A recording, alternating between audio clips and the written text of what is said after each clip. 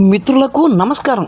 మిత్రులారా, నిన్న ఏదో వీడియోలు చూస్తూ ఉంటే కొద్దిగా పాతదే అనుకుంటాను, మా కృష్ణకుమారి అక్క తన అతి తెలివిని ప్రదర్శించింది. అరెరే, అక్క ఇంత తెలివైందా అని అనుమానం వచ్చింది. అంతేందుకు, మీకు కూడా చూపిస్తాను చూడండి. అయితే ఇక్కడ అక్కని ఇంటర్వ్యూ చేస్తున్న మేడం గారు కూడా ఎవరో మనకు తెలియదు, కానీ ఆవిడ మేధస్సును కూడా ఒక్కసారి చూద్దాం. ఆంధ్రప్రదేశ్లో ప్రశ్నిస్తే అరెస్టులు చేస్తామనే పర్వం కొనసాగుతోంది. అమ్మ అది తెలుగు వద్దమ్మా, ప్రశ్నిస్తే కాదమ్మా, దూషిస్తేనమ్మా. ఆయన అక్కడ దూషించాడమ్మా, ప్రశ్నించలేదు. అఫ్ కోర్స్ ఏలూరులో ప్రశ్న రావణ్ గారు మాట్లాడిన భాష కావచ్చు, ప్రశ్న రావణ్ గారు ఆయన మీద ఎంత భక్తో, ఎంత భక్తిభావమో పెళ్ళుబుగుతుందో ప్రశ్న రావణ్ గారు. సో దీన్ని ప్రశ్నిస్తూనే ప్రకాష్ రాజ్ గారు ఒక వీడియో రిలీజ్ చేశారు. ఇది తప్పు అని కోర్టు చెబుతోంది, అయినా సరే మీరు పదే పదే అరెస్టు చేయడాన్ని ఎలా చూడాలి అని మీ వర్షన్ ఏంటి? నా వర్షన్ చాలా క్లియర్ అండి. ప్రశ్న రావణ్ కానీ కేవీఆర్ కానీ మాట్లాడిన మాటలు, కొన్ని మాటలు ఖచ్చితంగా తప్పే. అన్నీ కాదండోయ్, కొన్ని మాటలు మాత్రం ఖచ్చితంగా తప్పే. ఇంకా ఏం చెప్తుందో విందాం. ఇక ప్రశ్న రావణ్ విషయంకి వచ్చేసరికి, ప్రశ్న రావణ్ లేవనెత్తిన అంశం కరెక్టే. మనం సంకలో ఎత్తుకొని పాలు పట్టిన కుర్రోడు, వాడు ఏం లేవనెత్తినా మంచిదే అయ్యి ఉంటుంది. చెప్పు. కానీ మాట్లాడిన భాష కరెక్ట్ కాదు. అబ్బో, భాష కరెక్ట్ కదా? అంత గొప్ప మానవత్వం ఉందా నీలో? అందుకని ప్రశ్న రావణ్ని అరెస్ట్ చేశారు. అందుకనే అరెస్ట్ చేశారా? అంతేనా, ఇంకేమైనా ఉంటుందా?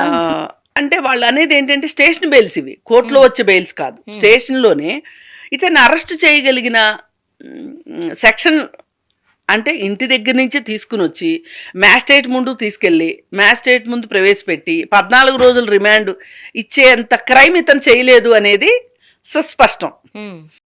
అది అదే మన బలం, అదే మన బొడ్డోడి బలం. అక్కయ్య గారికి బాగా తెలుసు. అందుకే కోర్టు కూడా ఏం చెప్తుంది, బెయిల్ కోసం వెళ్తే, అవును కదా ఇతను ఎందుకు బెయిల్ అరెస్ట్ చేశారు, స్టేషన్ బెయిల్ ఇచ్చేయండి, అసలు ఇలా లిఫ్ట్ చేసి తీసుకురావడం ఏంటి అని ఒక ప్రశ్న వచ్చేసింది. లిఫ్ట్ చేసి తీసుకొచ్చారా? ఆ విషయం కోర్టుకి ఎలా తెలుసు? ఇతన్ని ఎందుకు లిఫ్ట్ చేసి తీసుకువచ్చారు అని కోర్టు అంది అంటే కోర్టుకు ఎవరో చెప్పి ఉండాలి అతన్ని లిఫ్ట్ చేసుకు వచ్చారు అని. కోర్టుకి ఎలా తెలిసిందంటారు అతన్ని లిఫ్ట్ చేసుకు వచ్చినప్పుడు? దానికి రావణ్కి ఊరట దొరికింది. ఊరట దొరికింది. అయితే ఏమైంది? అయితే దీన్ని ప్రకాష్ రాజ్ గారు ప్రశ్నిస్తున్నారు. దేన్ని? అతనికి ఊరట దొరకడాన్ని ప్రకాష్ రాజ్ ప్రశ్నిస్తున్నాడా? అసలు ఇలా ఎందుకు చేస్తున్నారు మీరు? ఇప్పుడు ఒకసారి అంటే పొరపాటు జరిగింది, ఎన్నిసార్లు చేస్తారు ఇట్లా? ఇంకో 30 కేసులు రెడీగా ఉన్నాయి అంటున్నారు. అంటే ఇన్నిసార్లు మీరు కోర్టుతో చివాట్లు తింటారా? అంటే ఎన్నిసార్లు తిట్లు తింటే మీకు సిగ్గు వస్తుంది? ఇలా ఆయన మాట్లాడటం జరిగింది. ఆయన ఏంటి, ఎవరికన్నా అలాగే అనిపిస్తుంది, అలాగే సిగ్గేస్తుంది. మనం మాత్రం ఎంతకంటే ఎక్కువ సార్లు ఎందుకు అరెస్ట్ చేస్తాం అని అనుకున్నారు. ఇక 4వసారి బెయిల్ రాకుండా ఉండే సెక్షన్లు పెట్టారు. పాపం మీకు తెలియదు కదా, మీరు ఈ మాట అన్న రోజున మీకు తెలియదు కదా ఆ సెక్షన్ పెడుతున్నారని. అదన్నమాట సంగతి. ఈ యూసఫ్తో పాటు ఆ ప్రకాష్ రాజ్ గారు, ఆ జడా శ్రావణ్ గారు, వాళ్ళు ముగ్గురు కూడా పంతానికి పోయి అలా గప్పాలు కొట్టి ఉండకపోతే కనుక అంతంత పెద్ద సెక్షన్లు అతని మీద పడి ఉండేవి కాదు. అది వాళ్ళు చేసుకున్న కర్మ. అయితే అటువంటి కేసులు, అటువంటి సెక్షన్లు పెడతారని ఈ మాట మాట్లాడే సమయానికి నీకు తెలియదు. అదే బ్యాడ్. సరే, నేను పూర్తిగా ప్రకాష్ రాజ్ గారు మాట్లాడిన దానికి ఏకీభవిస్తూ, ఆడేటి హిందూ వ్యతిరేక ఎవరికైనా సరే నువ్వు ఏకీభవిస్తావు. ఇంకొకసారి ప్రశ్న రావణ్ మాట్లాడిన మాటల గురించి మనం ఆలోచిస్తే ఏంటంటే కొంపతీసి వాడి మాటలు ఇంకొకసారి ఆలోచిస్తే వాడు గాంధీ లాంటి వాడు మాట్లాడిన విషయాల్లో ఏమీ తప్పులు లేవు అని మనకి అనిపిస్తుందంటావా? ఇప్పుడు ప్రశ్న రావణ్ని ఆ విషయంగా గనక మనం ప్రశ్నించదలుచుకుంటే ఎందుకు ప్రశ్నించదలుచుకోవాలి? నేనైతే ఆ విధంగా, అదే బూతులు తిడుతూ వాడి విధంగా ప్రశ్నించే అవకాశమే లేదు. నువ్వు అలా ప్రశ్నిస్తే ప్రశ్నించు, కానీ వాళ్ళ నీకు కూడా బూతులు వచ్చా? నువ్వు మాట్లాడింది చాలా తప్పు, అందుకే నిన్ను పోలీసులు వచ్చి అర్ధరాత్రి పట్టుకెళ్ళిపోయారు, ఒక అంతర్జాతీయ దొంగను పట్టుకెళ్ళారు. కానీ బాబు, నువ్వు మాట్లాడిన మాటలు ఎందుకు ఇలా మాట్లాడావు అని అడగాల్సిన అవసరం అయితే ఉంది. ఎందుకు అడగాలి? ఆడు ఏమన్నా మీ మేనమావ కొడుకా లేకపోతే మేనల్లుడా? వాడేమి చెగోడీలు నోట్లో పెట్టుకుని సంపాదించే పసిపిల్లవాడు కాదు కదా. వాడు మాట్లాడింది ఏంటో వాడికి బాగా తెలుసు. అట్లా మాట్లాడితే పర్యవసనాలు ఎట్లా ఉంటాయో అన్నది కూడా తెలుసు. నువ్వు వాడికి నీతి సూత్రాలు నేర్పుతావా? వాడేమో నీకు కామసూత్రాలు నేర్పే పరిస్థితుల్లో ఉంటే నువ్వు వాడికి నీతి సూత్రాలు నేర్పుతానంటున్నావు, అదేంటి? అయితే మనకి ఇంకొక పక్క రెడీగా ఇంకొక ప్రశ్నాపత్రం రెడీగా ఉంది. ఆ ప్రశ్నాపత్రం మనల్ని ప్రశ్నిస్తుంది. అబ్బా, ఆ ప్రశ్నాపత్రం మనల్ని ప్రశ్నిస్తుందా? ఏమని ప్రశ్నిస్తుంది? అంత చిన్న కుర్రోడు అంత చక్కగా బూతుల్లో మాట్లాడుతుంటే నువ్వు ఆడిలా ఎందుకు బూతులు మాట్లాడవు అని నిన్ను నిలదీస్తుందా ఆ ప్రశ్నాపత్రం? అదేంటి అంటే అది రావణ్ణి అడగొచ్చు, అడగలేకపోవచ్చు. అంటే వయసులో కొద్దిగా పెద్దదానివి కదా, అందుకని రావణ్ గాడు అది నిన్ను అడగడానికి మొహమాట పడుతున్నాడంటావా? అటువంటిది ఏమీ ఉండదులే. వాడు ఆల్రెడీ 12-13 ఏళ్ల పిల్లల్ని కూడా అడిగేటట. సామాన్య ప్రజల దగ్గర నుంచి మనకు ఒక ప్రశ్న ఎదురవుతుంది. అది ప్రశ్న వేసేవాళ్ళని సామాన్య ప్రజలు అనరక్క. ఇంతకీ ఏం ఎదురవుతుంది? ఈ డిప్యూటీ సీఎం ఎలా మాట్లాడాడు? గతంలో మాట్లాడిన మాటలు. గతంలో అంటే మీరు డిప్యూటీ సీఎం అవ్వకముందు అనుకుంటున్నారు. లేదు లేదు, డిప్యూటీ సీఎం అయిన తర్వాత ఒక డిప్యూటీ సీఎంగా ఉంటూ ఆయన మాట్లాడే మాటల్ని మరి పరిగణలోకి తీసుకోవద్దా? తీసుకోవాలి, ఖచ్చితంగా పరిగణనలోనికి తీసుకోవాలి. కానీ ఎవరు పరిగణనలోనికి తీసుకోవాలి? ఆ మాటలు ఎవరిని ఉద్దేశించి అన్నాడో వాళ్ళు తీసుకోవాలి. ఎందుకంటే వాళ్ళెందుకు తీసుకోలేదు? అంత చండాలంగా బూతులు తిట్టినా సరే అది చెప్పు ముందు. ఇప్పుడు యథా రాజా తదా ప్రజ అంటారు కదా. మరి అలాంటప్పుడు ఒక డిప్యూటీ సీఎం అలా మాట్లాడిన తర్వాత కిందన ఉన్న ప్రజానీకం అలా మాట్లాడితే తప్పెలా అవుతుంది అనే ప్రశ్నలు మనకు ఎదురవుతున్నాయి. అంటే నీ ఇంటెదురుగా ఉన్న స్త్రీ నిన్ను ముంజా అని అందనుకో, నువ్వు తిరిగి ఆవిడను కూడా ముంజా అంటే ఊరుకుంటుంది, నోరు మూసు కూర్చుంటుంది. నీ ఇంటెదురు ఆవిడ నిన్ను ముంజా అంది కదా అని పక్కింటి ఆవిడని ముంజా అన్నావు అనుకో, చెప్పుట్టు కొడుతుంది. ఇక్కడ జరిగింది అదే. అంటే అఫ్కోర్స్ నీ ఇంటెదురు ఆవిడ నిన్ను ముంజా అని అన్నది కాబట్టి నువ్వు ముంజా అయిపోవనుకో, అది వేరే సంగతి. చేశారు. అంతకుముందు ప్రశ్నారావును కూడా గట్టిగానే ప్రశ్నించాడు, గట్టిగానే మాట్లాడాడు. అందులో ఆయన కావచ్చు, జడా శ్రవణ్ కుమార్ గారు కావచ్చు, మాట్లాడారు. అయితే ఇప్పుడు మరి నువ్వే చెబుతున్నావు వాళ్ళు ఇంతకు ముందే గట్టిగా మాట్లాడారు అని. మరి అప్పుడు ఏమీ కానిది అది ఇప్పుడు కేసులుగా ఎందుకు మారిందంటావు? అది వాళ్ళు గట్టిగా మాట్లాడినా అప్పుడు వాళ్ళు బూతులు తిట్టలేదు, ఇప్పుడు బూతులు తిట్టారు, అది తేడా. ఒక నువ్వు రిటైర్డ్ న్యాయమూర్తి అయ్యుండి నువ్వు ఇట్లా మాట్లాడటం ఏంటి అని చెప్పి జడా శ్రావణ్ కుమార్ గారిని అడిగితే, జడా శ్రావణ్ కుమార్ గారు ఇంత పెద్ద చిట్టా ఇప్పుతున్నారు. ఏ సందర్భంలో పవన్ కళ్యాణ్ గారు ఏం మాట్లాడారు? ఆయన అలా మాట్లాడడం కరెక్ట్ అయినప్పుడు నేను మాట్లాడితే తప్పెలా అవుతుంది అని. అంత పెద్ద చిట్టా ఇప్పిన ఆ జడా శ్రావణ్ గారు ఎదవైతే నువ్వు కూడా ఎదవైపోతావా? ఆడే చెబుతున్నాడు కదా పవన్ కళ్యాణ్ గారు ఏ సందర్భంలో ఎవరిని ఏ మాట అన్నాడు అని. పవన్ కళ్యాణ్ని అప్పారావు ఎదవా అన్నాడు, అతన్ని పవన్ కళ్యాణ్ ఎదవా అన్నాడు. పవన్ కళ్యాణ్ని సుబ్బారావు గాడిద అన్నాడు, అతన్ని పవన్ కళ్యాణ్ గాడిద అన్నాడు. ఎవడు ఏమంటే ఆడికి ఆ తగ్గ మాట అన్నాడు. అతనే చెప్తున్నాడు కదా ఏ సందర్భాల్లో అన్నాడని. ఆయా సందర్భాల్లో ఆయా మాటలు అన్నాడు. ఇప్పుడు జడా శ్రావణ్ గారు అన్నావు కదా, ఆ జడా శ్రావణ్ గారిని పవన్ కళ్యాణ్ గారు ఎరుపు అని అంటే అతను తిరిగి ఎరుపు అనొచ్చు. ఆయనను ఏమీ అననప్పుడు ఆయన ఈయనను అంటే ఊరుకుంటారా? మిత్రులారా, నేను చెప్పింది మీకు అర్థమవుతుంది కదా, కానీ ఈ గాడిదకి అర్థం కాదులేండి. అందుకే నేనేం చెప్తున్నానంటే, ఇప్పుడు మన ఇళ్లలో తల్లిదండ్రులకి మీ ప్రవర్తన సరిగా పెట్టుకోండి, ఇంట్లో పిల్లలు ఉంటారు అని చెప్తారు. చూసి నేర్చుకుంటారు, విని నేర్చుకుంటారు. అంటే ఏమంటావు? ఇప్పుడు ఆ యేసోబు గారి తల్లిదండ్రులు ఆడికి చిన్నప్పుడు అటువంటి ఇంగితం నేర్పలేదు కాబట్టి ఈ రోజున ఇలా తయారయ్యాడు అంటావా? Okay okay. ఇవాళ మనోభావాలు అనే విషయం చాలా చిన్నప్పుడే మనుషులకు వచ్చేస్తున్నాయి. నాకు అర్థం కాలేదండి, మీరు అన్నదేంటి? ఇవాళ చాలా చిన్నప్పుడే మనుషులకు వచ్చేస్తున్నాయి అన్నారు. ఏంటి మనోభావాలా, ఫీలింగ్సా? నిజమే, ఫీలింగ్స్ అయితే కనుక చిన్నపిల్లలకు కూడా వచ్చేస్తున్నాయి. ఆ విషయమే చెప్తున్నారా? ఈ రాజకీయ నాయకులు ఎవరైతే ఉన్నారో వీళ్ళు వాళ్ళ దగ్గర పెట్టుకోకర్లేదు. మామూలు వాళ్ళు పెట్టుకుంటే సరిపోతుంది, పెట్టుకోవాలి. రాజకీయ నాయకులకి ఏమైనా స్పెషల్ చట్టాలు ఉన్నాయి? సోషల్ మీడియా నీ దిమాక్ భాష మా దగ్గర చూపించొద్దు. అక్కడ పవన్ కళ్యాణ్ గారు ఏ మాటలు అయితే అన్నారో ఆ మాటలు తేలిగ్గా అనలేదు, అంతకంటే పెద్ద మాటలే ఆయన అన్నారు కాబట్టి ఆ మాట ఆయన అన్నాడు. అందుకే అవతల వాళ్ళు ఆయన అంత మాట అన్నా సరే కిమ్మనకుండా కింద మీద మూసు కూర్చున్నారు.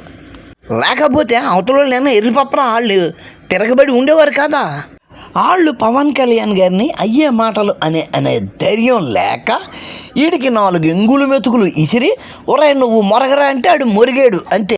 సోషల్ మీడియాలో భావ ప్రకటన స్వేచ్ఛ అని, వాక్ స్వాతంత్రం అని చెప్పి ఏది పడుతుంది మాట్లాడి పక్క వాళ్ళ హక్కులకు భంగం కలిగేలాగా ఎవరన్నా కనుక బిహేవ్ చేస్తే వాళ్ళపైన చర్యలు ఉంటాయి అని ఒక విభాగం కూడా ఏర్పాటు చేసినట్లుగా చూస్తున్నాం మనం. భావ ప్రకటన స్వేచ్ఛ అనే వంకతో వ్యక్తిత్వ హననానికి పూనుకుంటే ఊరుకోము అన్నారు. అందులో తప్పేముంది? ఎదుటివారి వ్యక్తిత్వ హననం జరగకుండా ఉండేలా మాట్లాడవలసిన బాధ్యత నీకు లేదా? ఇలా రేపటి నుంచినంట ఆంధ్రప్రదేశ్లో ఏ మాట అంటే ఆ మాట మాట్లాడితే ఊరుకోరంట, డొక్కజించి డోలు కడతారంట, తోలు తీస్తారంట, అది చేస్తారంట, ఇది చేస్తారంట. అలా మాట్లాడితే రేపటి నుంచి అటువంటి చర్యలు తీసుకుంటారా? అంటే ఈ రోజుకి నేను నిన్ను మాట్లాడచ్చా అట్లాగా? వసే బోసడిక్కే, వసే ముంజా, ఇట్లా నేను ఈ రోజుకైతే పిలవచ్చు, రేపు పిలవకూడదు, అంతేనా? అటువంటి చవకబారు మాటలు మాట్లాడే వాళ్ళ మీద చర్య తీసుకుంటాము అంటే నీకేంటి నొప్పి? నడువులో నొప్పా, గుండెల్లో నొప్పా, ఇంకెక్కడో నొప్పా? సరే ఇవన్నీ చేస్తారు, బాగుంది. మరి ఇవి డిప్యూటీ సీఎం గారికి వర్తిస్తాయా, వర్తించవా? ఎందుకు వర్తించు? వర్తిస్తాయి. కానీ ఎవడో వచ్చి అమ్మ అని అంటే గనక ఖచ్చితంగా నీ అమ్మ అనే అంటాడు ఎవడైనాను. ఇది నా ప్రశ్న. అరే నా జవాబు నీకు ఆల్రెడీ చెప్పేశానే. ప్రశ్న రావణ్ణు తప్పు చేసి ఉంటే అతను మాట్లాడిన మాటలకి ఎవరికైనా బాధ అనిపిస్తే చట్ట ప్రకారం అతను ఏం చేయొచ్చో అది చేసుకోండి. మరి అదే చేశారు. కానీ చట్టం అధికారంలో ఉన్న వాళ్ళకి ఒక చట్టము, కింద ఉన్న సామాన్య ప్రజలకు ఇంకొక చట్టం లేదండి. మన దేశంలో అందరికీ ఒకే చట్టం ఉంది. కాదని ఎవరన్నారు? ఎవరన్నా వచ్చి ఆ మాట నీకు చెప్పారా? ఎవరు అనకుండా ఎందుకు అలా మాట్లాడుతున్నావు? మొన్నటికి మొన్న మనం మీడియాలో మనం చూస్తున్నాం, చెప్పు తీసి చూపించడం, పంచెలు ఊడగొట్టి ఇది చేస్తానడం, మనం మాట్లాడలేకపోతున్నాం కూడా ఆ మాట. ఆఫ్టర్ ఆల్ ఇక్కడ కెమెరా పట్టుకుని ఈ కిట్ట కుమారక్కని ఇంటర్వ్యూ చూసే నీకే అంతగా వస్తే ఆయన చేత ఆ మాటలు అనిపించుకున్న వాడికి ఎందుకు రాలేదంటావు? ఒకసారి ఆలోచించు. ఎందుకు అంటే అంతకు మించిన మాటలు వాళ్ళు మాట్లాడారు కాబట్టి. పవన్ కళ్యాణ్ గారు అటువంటి మాటలు నిన్ను ఎప్పుడైనా అంటే గనక అప్పుడు నువ్వు ఆలోచించి అంతకు మించిన మాటలు నువ్వు మాట్లాడు. ప్రస్తుతానికి మూసుకు కూర్చోవాలమ్మా. మాట్లాడచ్చా? కాదు అసలు జన సైనికులు అనేవాళ్ళు ఎంత రూత్లెస్గా, ఎంత అసభ్యంగా, ఎంత ఏకపక్షంగా కామెంట్లు పెడుతున్నారు, ఎంత బూతులు పెడుతున్నారు వాళ్ళు. అంటే మీ ఫస్ట్ మీరు మీ ఇల్లు శుభ్రంగా పెట్టుకుని పక్కింటిని రోడ్డుని శుభ్రంగా పెట్టే పని పెట్టి. అక్క ఇటువంటి సలహాలు ఓనీ పవన్ కళ్యాణ్ గారికే ఇస్తావా? మీ ఆర్ఎంలకు కూడా ఇస్తావా? మీ ఆర్ఎం ఏమంటున్నాడు ఒకసారి చూడు. ఎన్టీ రామారావుని వాడేసుకున్నాడు. ఇంకా చంద్రబాబు నాయుడు అతను పిలిచినా కూడా ఎవరో కూడా పలికేటువంటి పరిస్థితి లేదు. ఆ కుటుంబంలో పుట్టినటువంటి ఆయన భార్యని తీసుకొచ్చి కనుక రోడ్డు మీద పెడితే కుటుంబ సభ్యులు మద్దతు ఇస్తారు. ఎన్టీ రామారావుని ఆదరించేటువంటి ఈ ప్రజానికం మద్దతు ఇస్తుందని చెప్పి రాజకీయ వ్యభిచారిలాగా ఆవిడని ఎవ్వరూ అల్లరి చేయలే. మరి చంద్రబాబు నాయుడు ఆయనకి సంబంధించినటువంటి ఎల్లో మీడియా కలిసి ఆవిడని అల్లరి చేసినటువంటి పరిస్థితి ఉంది. ఒక రాజకీయ అవసరాల కోసం భార్యను కూడా రోడ్డు మీద పెట్టగలిగినటువంటి వ్యక్తి ఎవడన్నా ఉన్నాడంటే, రాజకీయ వ్యభిచారి ఎవడున్నాడంటే ఒకే ఒకడు ఉన్నాడు, చంద్రబాబు నాయుడు. అక్క అదక్క మీ ఆర్ఎం చంద్రబాబు నాయుడు గారి భార్య గారి గురించి ఎలా మాట్లాడుతున్నాడో విన్నావు కదా. మరి మీ ఆర్ఎంలను అయితే నువ్వేమీ అనవా? వాళ్ళకేమీ పాఠాలు చెప్పవా?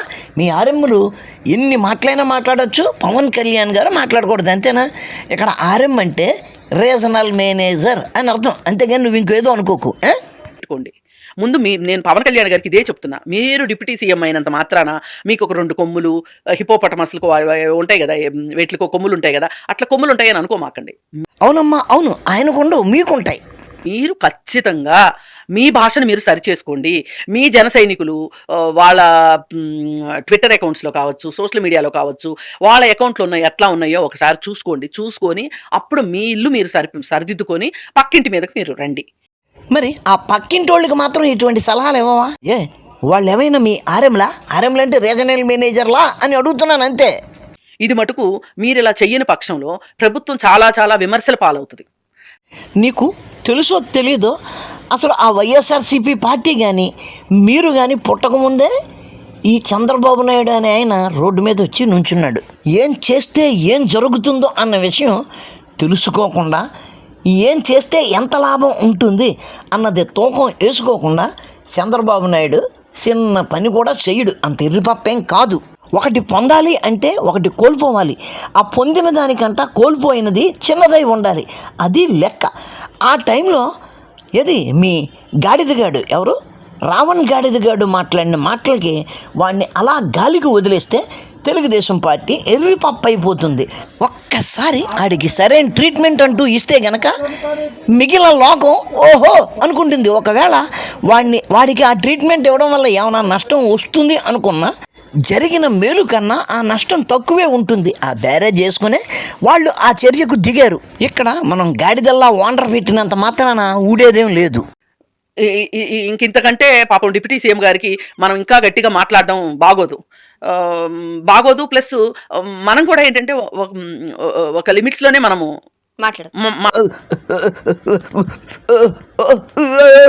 మాట్లాడుతున్నాం. ఇప్పుడు శ్రీనిధి విప్లవశ్రీ అనే అమ్మాయిని మాట్లాడిన మాటలు ఏవైతే ఉన్నాయో అవన్నీ ఆ అమ్మాయి మీద ఎక్కువ కామెంట్లు పెట్టింది బీజేపీ వాళ్ళు, జనసేన వాళ్ళు ఇద్దరు కలిసి అంటే ఇద్దరు చాలా పెట్టారు. ఇంక తెలుగుదేశం వాళ్ళు ఆ విషయంలోకి ఆ గోదాలోకి వాళ్ళు రాలేదు. శ్రీనిధి విప్పు లవ స్త్రీ ఈ రావణ్ గడు అదే యోసోబు గాడి వ్యవహారంలోకి ఆ అమ్మాయిని ఎందుకు చేస్తున్నావు? ఇంతకీ ఆ విప్పు లవ స్త్రీ అంటే ఈవిడేనా? అసలు నిన్న ఏం జరిగింది? 7:30 to 8 మధ్య ఒక కాల్ వస్తే మేము వెళ్ళినాం సరూర్ నగర్ పోలీస్ స్టేషన్కి. నేను జర్నలిస్ట్ రాకేష్ వెళ్ళినప్పుడు అప్పటికే అతనికి బనియన్ కూడా లేకుండే కదా. అతనికి పోలీసులు ఒక కొత్త షర్టు కొని ఆయనకి వేసి వాళ్ళ భార్యని అతని నుంచి వేరు చేయడానికి అక్కడ సరూర్ నగర్ పోలీస్ స్టేషన్లో ఉన్నటువంటి ఇద్దరు కానిస్టేబుల్ హెల్ప్ తీసుకున్నారు తప్ప కేవీఆర్ ఇంటి దగ్గర నుంచి ఆ పోలీస్ స్టేషన్ దాకా వచ్చే వరకు దాదాపు అసలు ఒక మహిళా కానిస్టేబుల్ కూడా లేదు.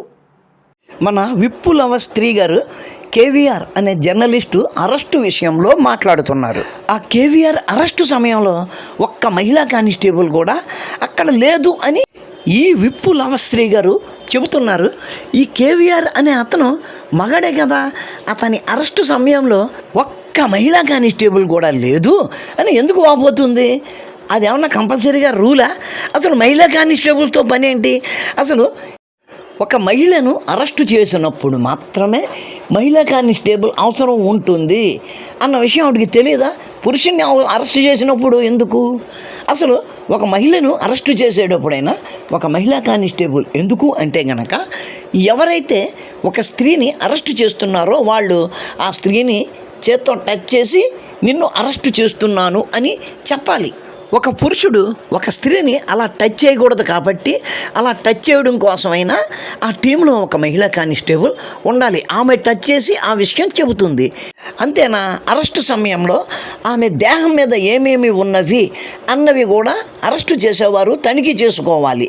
లేకపోతే సెల్లోకి వెళ్ళిన తర్వాత వాళ్ళు తమ ఒంటి మీద ఉన్న వస్తువులతో ఏదైనా దారుణం చేసుకుంటే వీళ్ళ పీకల మీదకి వస్తుంది. అటువంటి చెకింగ్ చేయడానికి కూడా మహిళా కానిస్టేబుల్ అవసరం. ఏదో గాడిదలా అంటారు చూడండి, అటువంటి పోతురాజు గారిని అరెస్టు చేయడానికి మహిళా కానిస్టేబుల్తో ఏం పని చెప్పండి? ఈ విప్పులవ స్త్రీ గారి తెలివి ఏంటక్క? మగోడిని అరెస్ట్ చేసినప్పుడు మహిళా కానిస్టేబుల్ లేదని వాపోయిన మేధావి, ఆ మేధావి గురించా నువ్వు చెబుతున్నావు? అది ఎవరు మాట్లాడినా తప్పే. అలా అని చెప్పి ఇలా అక్రమ అరెస్టులు చేయడం కూడా 100%. అంటే ఎర్రి మొహాలారా, అది నిజంగానే అక్రమ అరెస్ట్ అయ్యి ఉంటే గనక ఆ పోలీసుల ఉద్యోగాలు ఎప్పుడో ఊడిపోయి ఉండేది. మీ బోడి తెలివితేటలు ఇక్కడ చూపించొద్దమ్మా. అది మిత్రులారా, వాళ్ళు ఈ ఇంటర్వ్యూని మన చంటోడికి 14 రోజులు రిమాండ్ పడకముందు మాట్లాడుకున్నారు. ఆ రిమాండ్ పడిన తర్వాత నోళ్ళు పడిపోయినట్టున్నాయండి. ఏదైతే మిత్రులారా, వీడియో నచ్చితే లైక్ చేయండి, షేర్ చేయండి, మీ కామెంట్ పెట్టండి. మన ఛానల్ని ఇంకా సబ్స్క్రైబ్ చేసి ఉండకపోతే వెంటనే సబ్స్క్రైబ్ చేయండి. ఉంటాను. నమస్కారం. మతోన్మాదంపై రామబాణం.